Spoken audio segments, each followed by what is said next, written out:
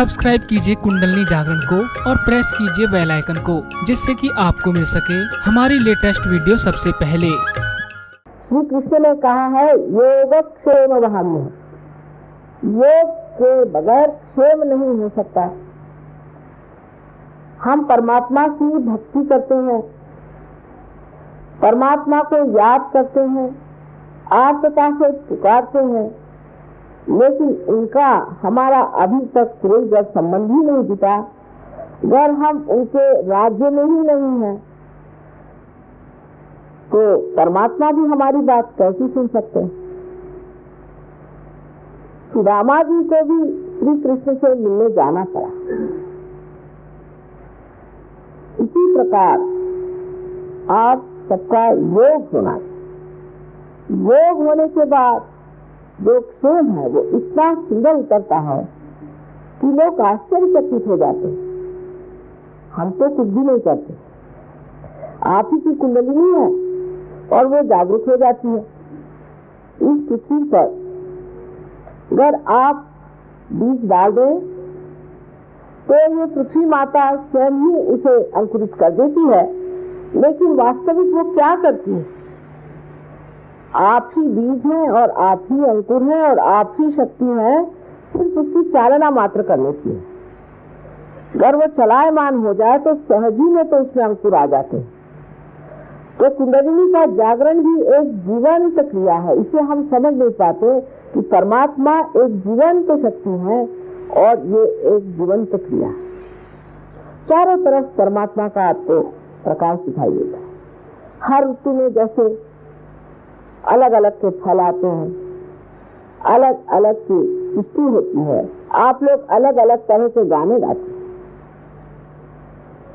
ये जो करने वाला है, जो ये फूलों से फल बनाने वाला है, जो अनंत से जीवंत कार्य हमारे अंदर करता है, ऐसी शक्ति नहीं है ये कहना बहुत उद्दाम बात है। ऐसा सोचना तक अत्यंत उद्दामता की बात है। नम्रता पूर्वक सोचना चाहिए कि आखिर जो ये सृष्टि बनाई है, इसमें से हम तो अणु भी नहीं बना सकते। हमें चाहे तो एक लकड़ी भी नहीं बना सकते। लकड़ी से लकड़ी बना सकते हैं, पत्थर से पत्थर बना सकते हैं, एक मरी हुई चीज से दूसरी मरी हुई चीज हम बना सकते हैं, लेकिन एक भी जीवंत कार्य तो आप कर नहीं सकते। मरा हुआ भी कार्य आप बना के दिखा दें कि एक चीज हमने खुद बनाई, तो आप बना नहीं सकते। फिर इतना अहंकार मनुष्य में हो गया है कि वो सोचता है परमात्मा ही नहीं। लेकिन ऐसे भक्तगण जो परमात्मा में आस्तिकता रखते हैं, ऐसे श्रद्धापूर्ण तरीके से गाना गाते हैं, ये देख करके जो मैंने एक साल पहले कहा था कि मुझे तो यहाँ के ग्रामों में ले चलो, शहरों से मेरा जी उठ गया, ये बात सत्य है।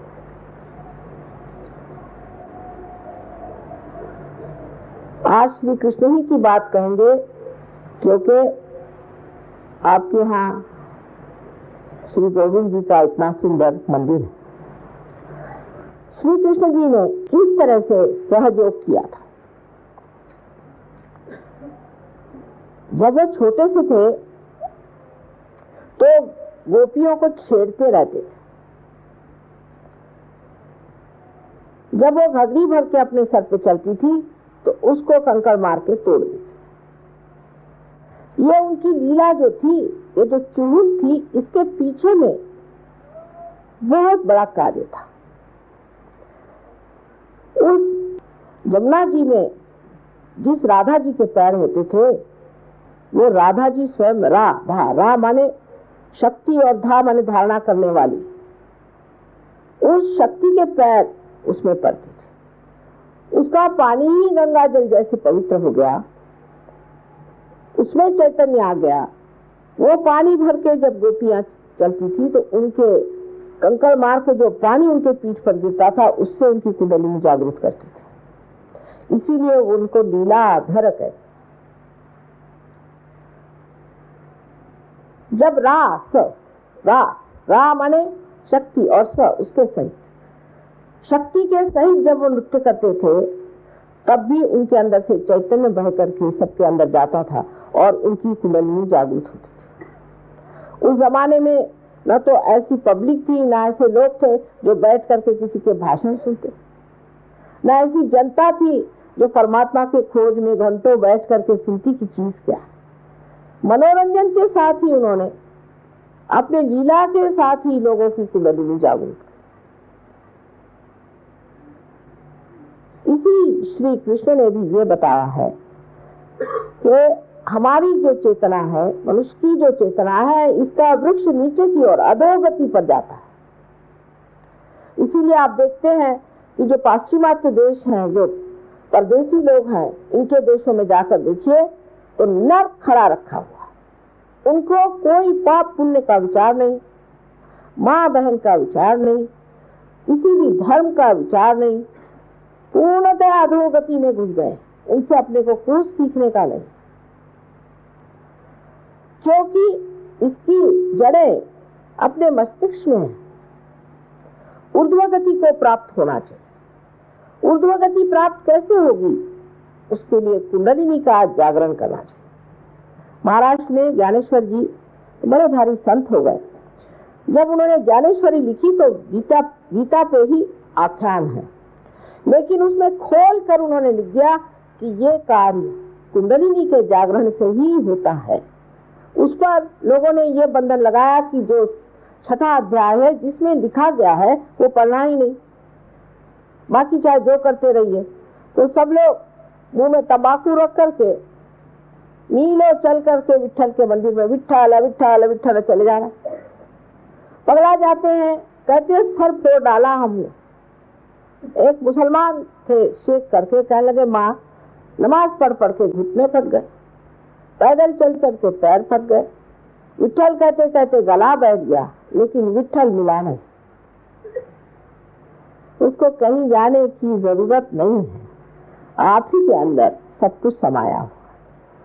आप ही के अंदर शिव विट्ठल सारे देवी देवताएं बैठे हुए। परमात्मा ने आपको अपने ही स्वरूप बनाया हुआ है, सिर्फ उस शक्ति को आपको जानना है। और ये कार्य सहज ही होना चाहिए। जैसे कल कोई साहब कह रहे थे कि ये तो बड़ा कठिन कार्य लोग कहते हैं, मैंने कहा कहने वाले कहते होंगे, लेकिन असलियत ये है कि जो मूलभूत चीज है वो सहज होनी चाहिए। जो जीवंत चीज है वो सहज होनी चाहिए, ये इसकी पहचान है। कल अगर आपको श्वास लेने के लिए किसी गुरु को बनाना पड़े और आपको जाकर के किताबें पढ़नी पड़े तो कितने लोग जीवित रहेंगे। इसी प्रकार ये एक जीवंत क्रिया सहज, सह माने आपके साथ पैदा हुआ, ऐसा ये योग का आपका जन्म सिद्ध अधिकार है। लेकिन उसको प्राप्त होने के लिए एक नम्रता चाहिए कि हमने अभी तक इसे प्राप्त नहीं किया, इसे हमें प्राप्त करना है बस। उसके बाद ये कुंडलिनी जो कि त्रिकोणाकार अस्थि में सुप्तावस्था में है, आप जागृत होकर के आपके ब्रह्मरंध्र को छेदन कर देते।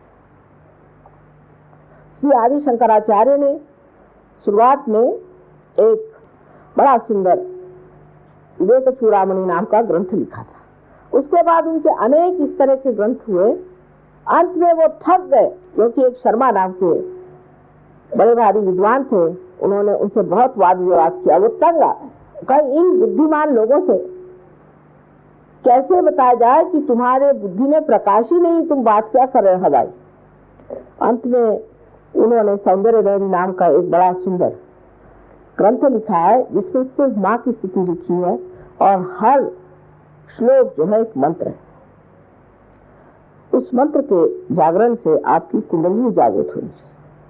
लेकिन ये सब चीज परमात्मा के शास्त्र के अनुसार है। ऐसे नहीं कि किसी ने आपको मंत्र दे दिया राम कहो राम कहो। नारद ने दिया हुआ मंत्र दूसरा होता है, लेकिन हर आदमी आता है कहता है तुम राम कहो। राम क्यों कहो पूछिए। राम का भी एक चक्र है, श्री राम का चक्र है। क्या आपका वो चक्र खराब हो गया है जिस वजह से कह रहे श्री राम को? हर एक चक्र पे एक एक देवी देवता बैठे हैं। जो इसे जानता है और समझता है उसी को ये कार्य करना चाहिए।